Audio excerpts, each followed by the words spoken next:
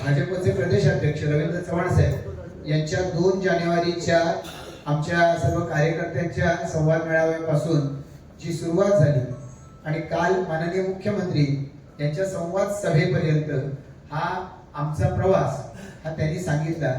या सगळ्या कालावधीमध्ये माननीय पंतप्रधान नरेंद्र मोदी यांचं विजन म्हणजे सबका साथ सबका विकास हे त्याचं कायम सूत्र राहिले आणि हे सगळं सबका प्रयास याच्या माध्यमातून हे आजवर शक्य झालंय हे माननीय पंतप्रधानांनी सांगितलेलं आहे। त्यामुळे संवादापासून संवादापर्यंत हा जो प्रचाराचा प्रवास आम्ही आपल्याला सांगितला त्याच्या पाठीमागे आपल्या सगळ्यांपर्यंत आम्ही कशा पद्धतीने पोहोचू शकलो हे आम्ही सांगतो। म्हणजे काल कामोठ्यामध्ये आमच्या वॉर्ड निहाय पोलिंग एजंटच्या सभा पार पडल्या, सोशल मीडियाच्या माध्यमातून निर्माण केलेल्या वॉरूम्स असतील किंवा उमेदवारांचे प्रचार पत्रक असतील, या सगळ्याच बाबतीमध्ये भारतीय जनता पार्टी, शिवसेना, राष्ट्रवादी, आरपीआय या आमच्या महायुतीनं सतत प्रचारामध्ये आघाडी घेतली। प्रचार करत असताना घराघरापर्यंत आम्ही गेलं पाहिजे याच्यावरती सगळ्यांचा आमचा विशेष आग्रह होता। प्रचार करत असताना आपल्याला कल्पना आहे प्रभाग क्रमांक 1 पासून 20 पर्यंत झाला, 1 आणि 2 प्रभाग आहे, याच्यामध्ये ग्रामीण भाग जास्त प्रमाणात आहे आणि 3 नंबर प्रभाग जो आहे या 3 नंबर प्रभागामध्ये आता मोठ्या प्रमाणावरती नागरीकरण आता त्या ठिकाणी झालंय। इनफॅक्ट 3 नंबर प्रभाग जो आहे संपूर्ण 20 वॉर्डामध्ये सगळ्यात जास्त मतदान म्हणजे 46,700 पेक्षा जास्त मतदान हे त्या एका प्रभागात आहे।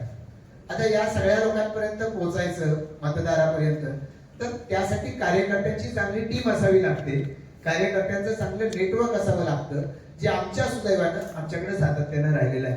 राज्याचे माननीय मुख्यमंत्री देवेंद्र फडणवीसजी, सन्माननीय उपमुख्यमंत्री एकनाथ शिंदे साहेब आणि अजितदादा पवार या सगळ्यांच्या बरोबरीनं काम करत असताना आम्ही महायुतीचे कार्यकर्ते आहोत, सन्माननीय आठवले साहेबांचे आम्ही कार्यकर्ते आहोत। तर संवाद या विषयावरती आम्ही सतत भर ठेवला। आम्ही प्रचाराची पत्रकं घेऊन लोकांच्याकडे गेलो, त्यांच्याशी संवाद साधलाय। आम्ही फक्त प्रचाराच्या निमित्ताने लोकांकडे गेलेलो नाही, आम्ही सातत्यानं मोदी सरकारची कामं लोकांपर्यंत घेऊन गेलोय, राज्य सरकारची कामं लोकांपर्यंत घेऊन गेलोय। त्यामुळे लोकांना आम्ही नवीन नव्हतो, लोक आम्हाला नवीन नव्हती। भारतीय जनता पार्टी म्हणून आमची ताकद काय आहे सगळ्यात जास्त की आम्ही बहुतांश इमारतींमध्ये आमचे सेक्टर प्रमुख आहेत।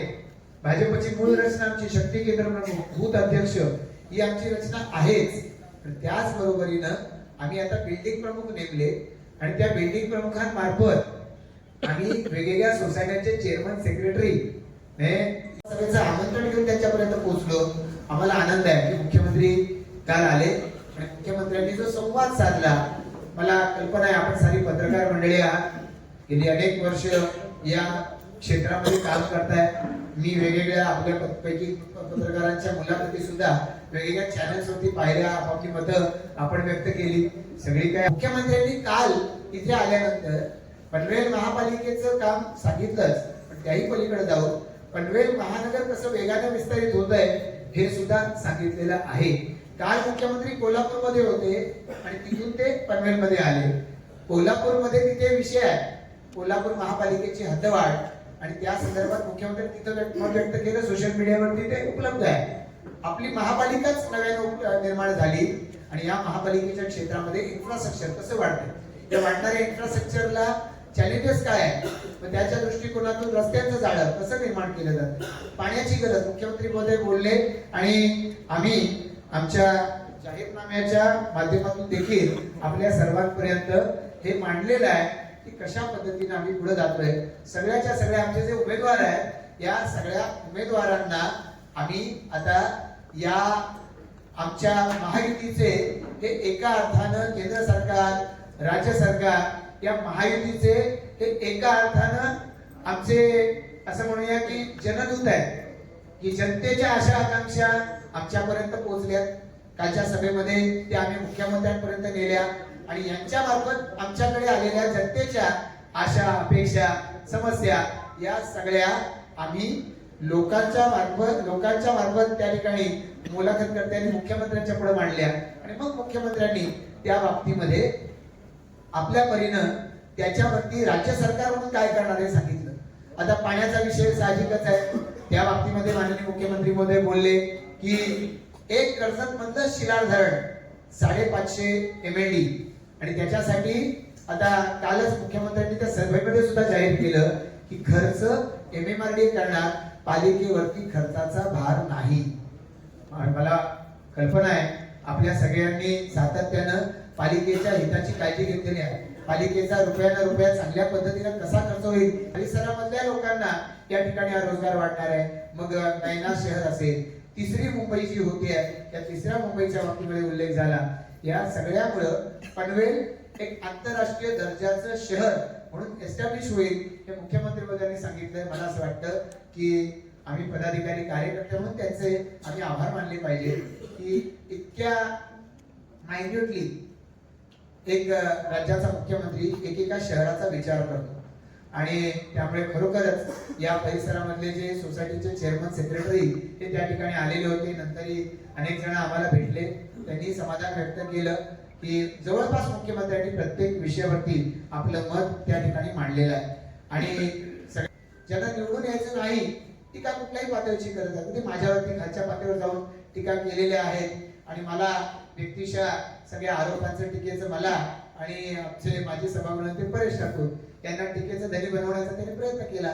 एका अर्थानं त्यांनी असं दाखवलं प्रशांत ठाकूर, परेश ठाकूर हेच महापालिका चालवत आहेत. तर मला आपल्याला या ठिकाणी जाणीवपूर्वक सांगावं लागेल की परेश ठाकूर सभागृह नेते होते.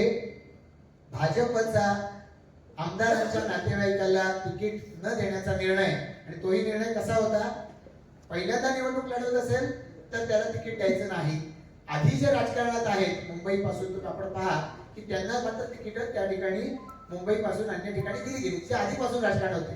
पण आमदार आता झाला 1 वर्षापूर्वी आणि लगेच घरातल्या कुटुंबियांना त्या ठिकाणी सांगतोय, असं घडता कामा नये.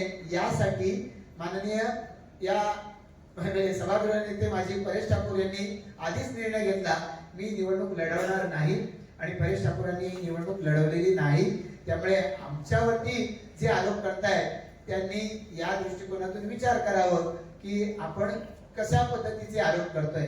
आमच्यावरती भ्रष्टाचाराचा आरोप ज्यांनी केला त्यांच्या बॅनरवरती ज्यांचे फोटो आहे ते गेली 4.5 वर्ष एक बँक कर्नाळा बँक ही बुडवल्याबद्दल ते तुरुंगात आहे आणि त्या बँकेच्या ठेवीदारांचे पैसे आमच्यामुळे ठेवीदारांना मिळाले. ते ठेवीदार त्यांच्याशी जास्त संबंधित होते आणि म्हणून एक एक करत ते त्यांच्यापासून ते त्यांचे सहकारी निखळत गेले. आमच्याकडे जी संख्या 51 होती ती महापालिकेची निवडणूक लागताना आमची 65 झाली. विजय खानावकर महायुतीचे आमचे राष्ट्रवादीचे 66 झाले.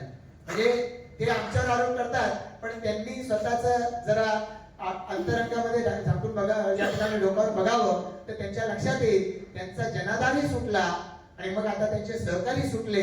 आज आमच्या बरोबर त्यांच्यातले निवडून आलेले सहकारी आमच्या बरोबर का आले, याचं कारण असं आहे की त्यांच्यावरचा जनतेचा विश्वास आधीच उडाला होता. ती जनता या काम करणाऱ्या कार्यकर्त्यांना सांगत होती तुम्ही यांची साथ सोडा नाहीतर हळूहळू तुम्ही सुद्धा लोकांच्या मधून बाद व्हाल.